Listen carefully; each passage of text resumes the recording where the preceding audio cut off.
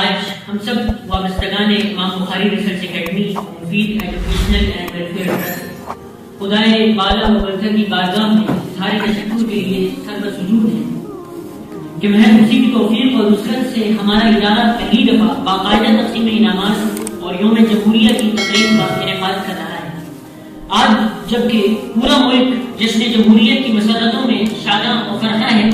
اس موقع پر ہم تمام ہم وطنوں کو مبارکباد پیش کرتے ہیں اور اس ملک کی سالمیت، تعمیر و ترقی اور خوشحالی کے لیے دعا گو ہیں اور نیک خواہشات کا اظہار کرتے ہیں۔ وطن عزیز اور جمہوریت پر یہ تقریب مسابقہ دراصل ہمارے بانی حضرت مولانا غزالی ندوی رحمۃ اللہ علیہ کے ویژن کے لیے نسل نو کی تیاری اور ذہن سازی کا حصہ ہے۔ اس پروگرام کا پس منظر یہ ہے کہ ہم نے سب سے پہلے ایک تقریبی مسابقے کا انعقاد کیا تھا اور اس میں ہم نے 10 مصاحبین کو منتخب کیا تھا فائنل کے لیے، اور آج ابھی ان کے درمیان فائنل مسابقے کا انعقاد کرنا آئے گا۔ ان 10 میں سے 2 مصاحبین نے معذرت کر دی، جس کے بعد ہمارے پاس 8 مصاحبین بچے ہیں۔ تو اب ہم مصاحبین کو دعوت دینے کا آغاز کرتے ہیں۔ تو سب سے پہلی مصاحبہ ہے رفیدہ منال کو ہم نے دعوت دیتا ہوں کہ وہ اپنی تقریر پیش کریں۔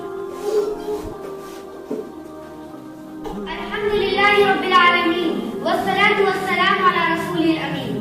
اما بعد۔ آج میرا موضوع سخن ہے ہندوستان اور جمہوریت۔ ہندوستانی جمہوریت کے موضوع پر گفتگو کا باقاعدہ آغاز کرنے سے قبل بطور تمہید شاعر مشرق علامہ اقبال علیہ الرحمہ کی چند اشعار آپ کے سامنے پیش کرنا چاہتی ہوں، جو ان کی کتاب ارمغان حجاز میں ابلیس کے مجلس شورا نامی نظم میں موجود ہے۔ ہم نے خود شاہی کو پہنایا ہے جمہوری لباس، جب ذرا آدم ہوا ہے خود شناس و خود نگر۔ تو نے کیا دیکھا نہیں مغرب کا جمہوری نظام، چہرہ روشن اندروں چنگیز سے تعریف کر۔ جمہوریت موجودہ دنیا کا مقبول ترین نظام حکومت ہے، جو آمریت اور بادشاہت کے مقابلے میں عوامی امنگوں، فطری انسانی جذبات اور حقوق انسانی کے تحفظ کے ضمن میں نسبتاً بہتر قرار دیا جاتا ہے۔ مگر ہندوستان میں جمہوریت کا تجربہ اقلیتوں اور بالخصوص مسلمانوں کے لیے اپنی جلوں میں بے شمار عبرتناک داستانیں سمیٹے ہوئے۔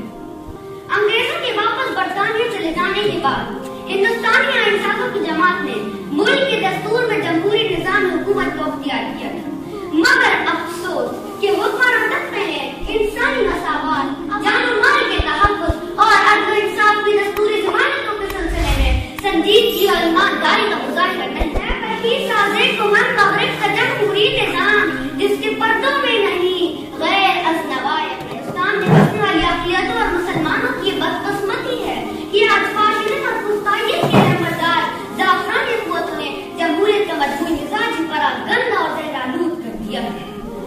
بم و دہشت گردی کا افریق ہندوستان کے سبھی اقلیتی مسلمانوں کو نگل جانا چاہتا ہے۔ اسی جمہوریت کے سائے تلے ہندوستانی پارلیمنٹ نے طلاق کا نیا قانون بنایا اور باحجاب مسلمان طالبات پر اسکولوں اور کالج کے دروازے بند کیے۔ مسلم پرسنل لا پر حملوں کا سلسلہ تو بہت پرانا،